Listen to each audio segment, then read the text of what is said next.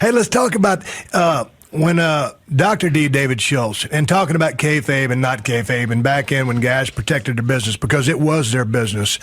And, everything was predicated on the fact that this was real. When John Stossel went back to do that interview with Dr. D, and Dr. D, I never met the guy, David Schultz, but he was probably a little bit on the aggressive side, and he slapped John Stossel a couple of times and really damaged his ears, but obviously a very unwise move, not a smart thing to do, but he was trying to protect the business in his way. What was your opinions when that was going down?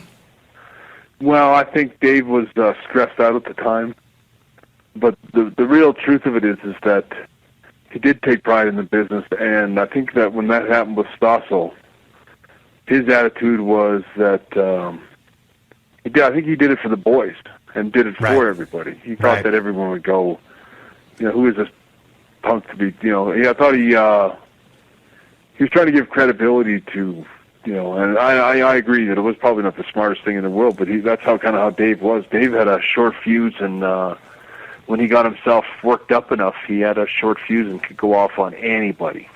But in saying that, I always thought Dave was always he was always a good guy to me, and I always felt that you just had to sort of work through that and calm the beast in him sometimes and get him back to his. But he was. In looking back on that, I've seen that clip back so many times, and I have to admit that Stossel did deserve to get slapped. He was definitely really had the line by a long shot. He did. He crossed the line. He had an indignant tone. It was condescending. And if you're going to do that, if you're going to take that approach, the smartest place to do that isn't where he did that. Maybe in a studio there, where he had all his people around. Not that they would have done anything, but I think he picked the wrong person, the wrong place, and the wrong time to conduct that interview.